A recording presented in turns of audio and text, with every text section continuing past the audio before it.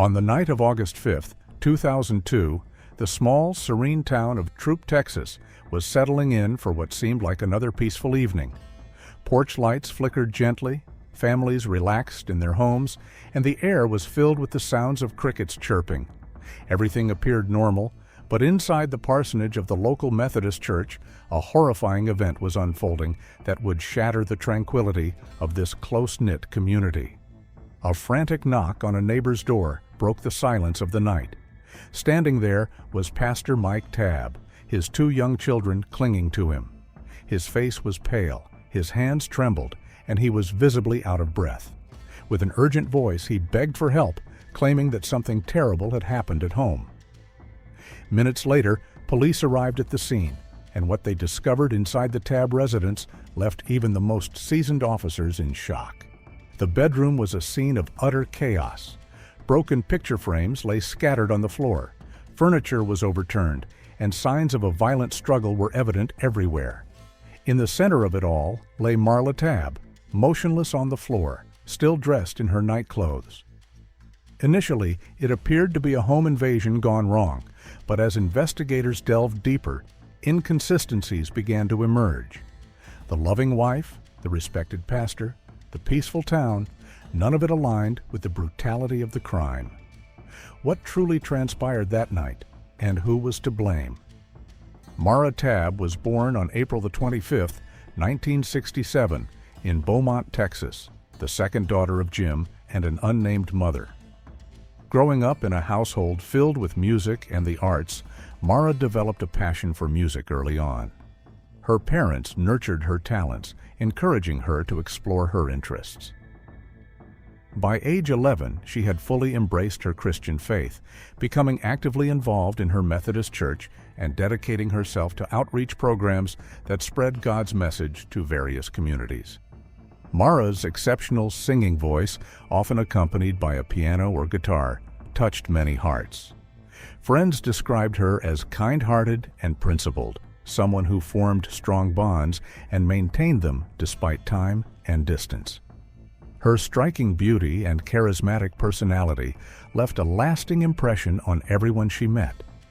Recognizing her passion, her supportive parents enrolled her in a prestigious private university in Texas, where she flourished and gained a deeper understanding of her craft.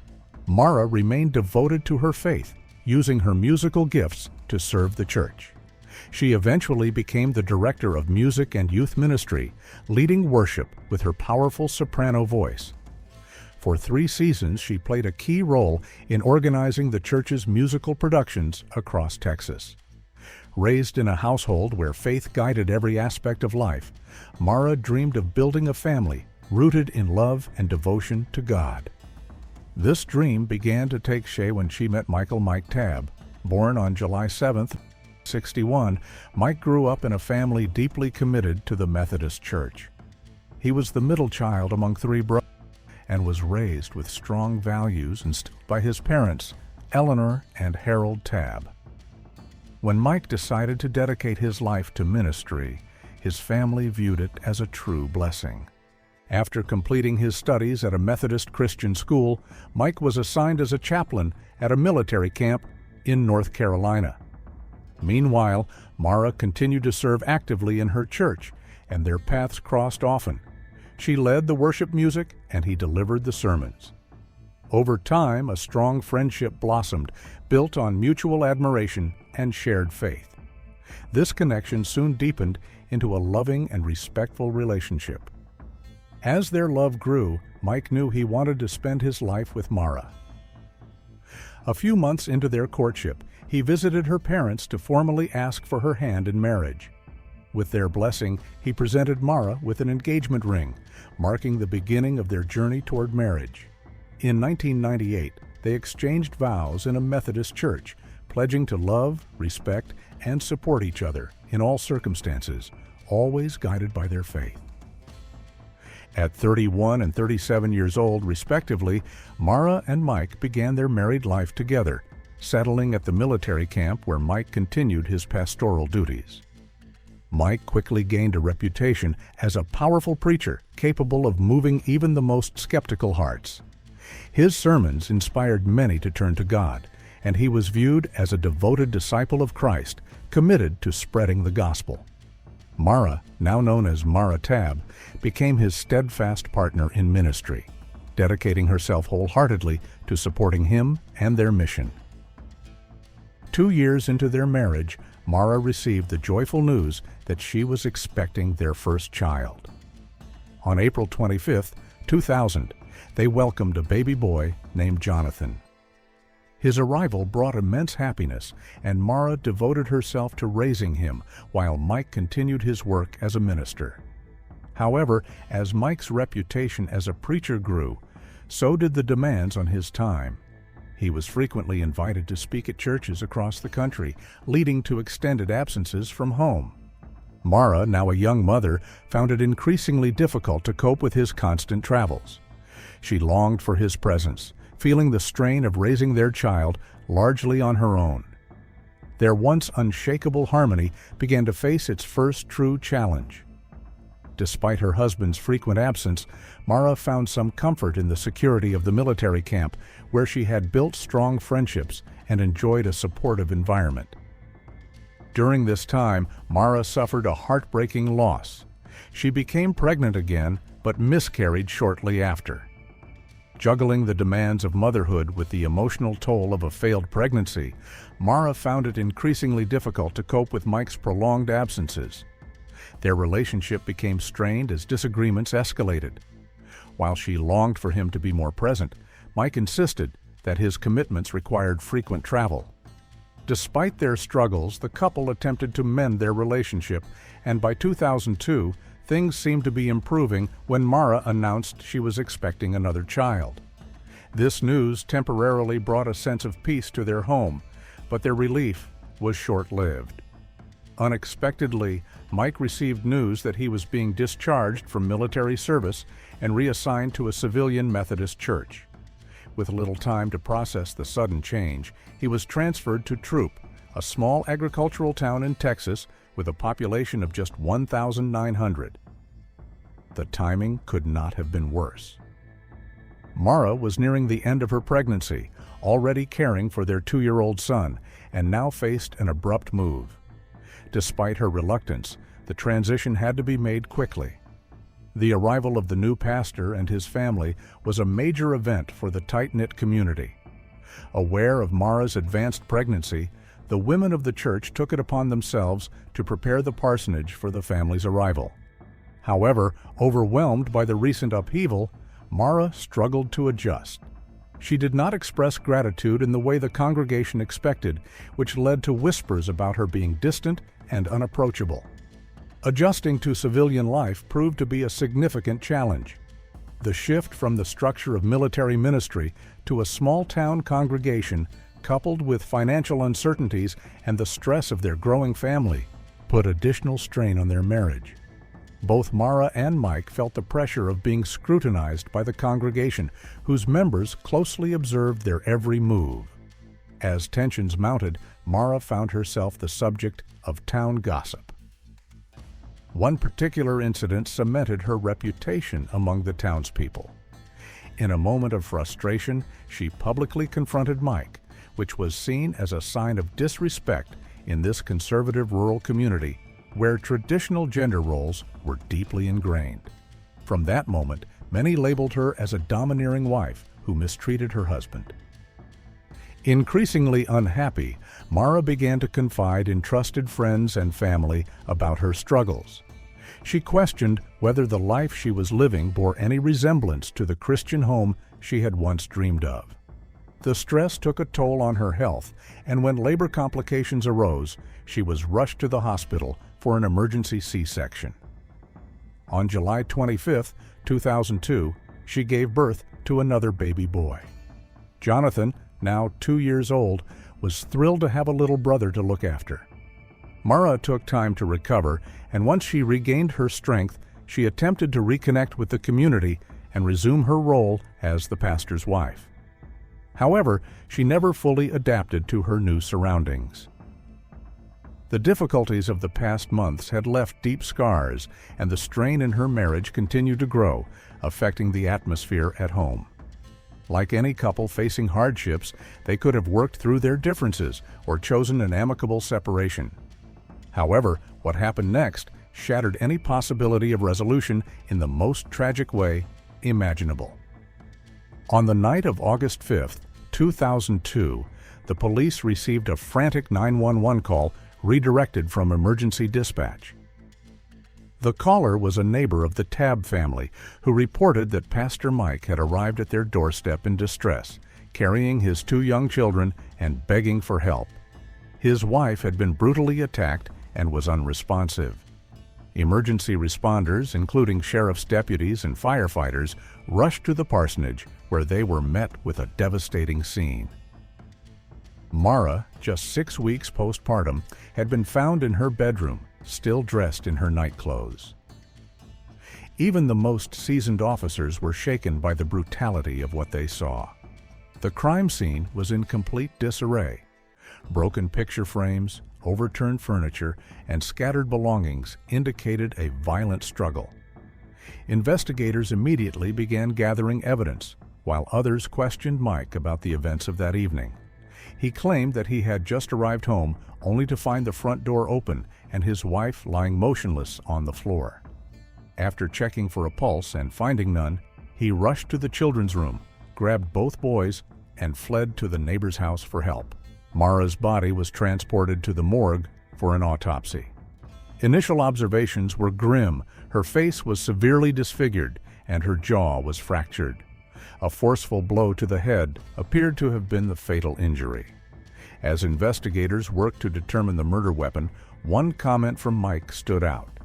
Without being prompted, he speculated that his wife had been attacked with a baseball bat, a detail that raised immediate suspicion as the authorities had not yet determined the cause of death.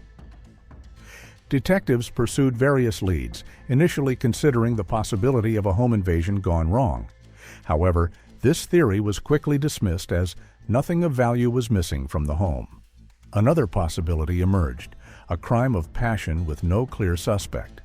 Investigators remained open to all possibilities. That night, Mike was asked to take his children somewhere safe, and they were temporarily placed in the care of their paternal grandparents. Law enforcement then requested his clothing and shoes for examination and questioned him about his whereabouts earlier that evening. He stated that he had taken his 2-year-old son to his parents' house, a claim they later confirmed.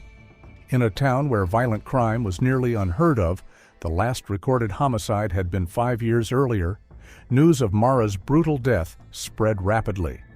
The entire community was horrified by the nature of the attack, and many sympathized with Mike, who now faced the daunting task of raising 2 small children alone. When the preliminary autopsy report was released, it confirmed that Marla had died from blunt force trauma to the head. Her jaw had been fractured in multiple places, further indicating the extreme violence of the attack. Marla's funeral was held in an intimate ceremony where a fellow minister spoke about her unwavering faith and dedication to God. Though her death was a profound loss for those who loved her, the sermon framed it as a transition to eternal peace. Throughout the services, Mike was visibly grief-stricken, his sorrow deeply moving those in attendance. Meanwhile, investigators continued speaking with those close to Marla, hoping to uncover any clues that might shed light on the case. A breakthrough came when they interviewed Marla's sister, Melanie. Fighting back tears, she revealed that her sister had confided in her just weeks before her death, expressing deep distress over her crumbling marriage. Marla had stumbled upon something unexpected, a promotional flyer for an exotic dance club tucked into the pocket of Mike's pants. When she confronted him, he claimed it belonged to a congregation member he had been counseling, but Marla wasn't convinced. As she dug deeper, she discovered a troubling pattern. The church-related trips Mike frequently took were not for ministry work, as he had claimed, but rather opportunities to indulge in a secret life that contradicted everything he preached. Investigators followed this lead and uncovered 2 separate P.O. boxes, one in Troop and another in North Carolina, where the couple had previously lived. These hidden mailboxes had allowed Mike to keep his double life concealed from his family. Determined to gather concrete evidence supporting their theory that Marla had been killed because she intended to divorce Mike and expose his deception, authorities placed him under covert surveillance. They suspected he would soon reveal his true nature, and they were right.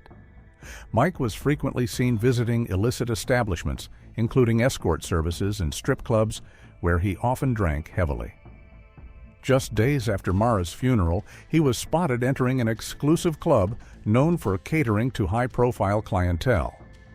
Investigators pressed on with their inquiries, leading to the discovery of what they believed to be the murder weapon. While the crime scene had been meticulously cleaned, one crucial detail had been overlooked: a large wooden table missing one of its legs. Forensic tests using luminol revealed traces of Marla's blood inside the trunk of Mike's vehicle, as well as on his shoes, including the laces. With this irrefutable evidence in hand, law enforcement worked swiftly with the district attorney's office to secure an arrest warrant. On August 8, 2002, the quiet town of Troop was shaken once again when news broke that their respected Methodist pastor had been arrested as the prime suspect in his wife's murder. However, his time behind bars was brief. He was released the same day after posting a $50,000 bail. Mike's legal team had already begun negotiations with the court, arranging for his preliminary hearing to take place in mid-August. A plea deal was in the works that would allow him to avoid a lengthy trial in exchange for a 50-year prison sentence. But when the hearing date arrived, Mike was nowhere to be found. Authorities soon discovered he had attempted to take his own life. His defense attorneys claimed he was hospitalized, but prosecutors argued that this was an attempt to escape justice and demanded additional penalties. According to his family, Mike had been staying at his parents' house in the days leading up to the hearing. One afternoon, he went for a walk and never returned. Concerned, his family alerted authorities, who launched a search. He was found near a lake with a self-inflicted stab wound. The injury was severe enough to require immediate surgery, which lasted nearly 3 hours. During the investigation, a witness came forward, stating they had seen Mike hiding behind a tree and throwing an object into the water. A team of divers was deployed, and after searching the murky depths, they recovered a knife believed to have been used in the attempt on his own life. Given these events, prosecutors sought to extend his prison sentence from 50 to 55 years, while a judge increased his bail to $1 million. On September 29, 2003, Mike appeared before the district court, showing no visible emotion as he formally accepted the prosecution's plea deal. His defense attorney told reporters that they had chosen to avoid a full trial, as it would bring to light painful details that neither Marla's nor Mike's family wanted exposed. The attorney acknowledged that Mike had taken Marla's life, but suggested that the exact motive would remain unknown. He claimed that Mike's primary concern was protecting his children from ever hearing the grim details of their mother's death. However, that hope proved futile. The case had drawn widespread media attention, and the tragic circumstances surrounding Marla's murder became impossible to keep hidden. Before the judge delivered the final sentence, Melanie took the stand to deliver a victim impact statement on behalf of the family. Her voice trembled with emotion as she addressed Mike directly, reminding him that he had orphaned his own children. She demanded that he take responsibility and stand before the court to admit that it was his own hands that had stolen their mother from them. The judge then issued the final ruling. Mike Tab was sentenced to 55 years in prison for the murder of Marla Tab. Prosecutors clarified that under Texas law, he would not be eligible for parole until he had served at least 27.5 years behind bars. Throughout the proceedings, Mike remained silent and emotionless. Reports later surfaced that he had attempted to end his life multiple times while incarcerated. Despite receiving psychological treatment, his internal torment never subsided. Analysts speculated that the immense guilt weighed heavily on him, perhaps a lingering consequence of his past as a preacher who once stood before a congregation preaching about morality and faith. The final piece of information uncovered during this investigation revealed that Mike ultimately served only 20 years of his sentence. He died in 2023, and his name was inscribed on a headstone in a Texas cemetery with no mention of his date of death. No official statement was released regarding the cause of death. Ironically, his family listed Marla as his spouse in his memorial records. His tombstone bore the epitaph, "Loving Son." Perhaps Mike truly had been a devoted son known for his affection toward his parents, but in the end, his selfishness and hidden desires robbed his children of a father they could admire. More tragically, he deprived Marla of the chance to see her sons grow into men, a future she had once envisioned as a faithful wife and mother, now stolen by the very person who had vowed to love and protect her. The tragic story of Marla Tab serves as a haunting reminder of the complexities of love, faith, and betrayal. It highlights the devastating consequences of hidden lives and the impact of domestic strife on families. Marla's legacy lives on in the hearts of those who loved her, and her story continues to resonate as a cautionary tale about the fragility of trust and the importance of open communication in relationships.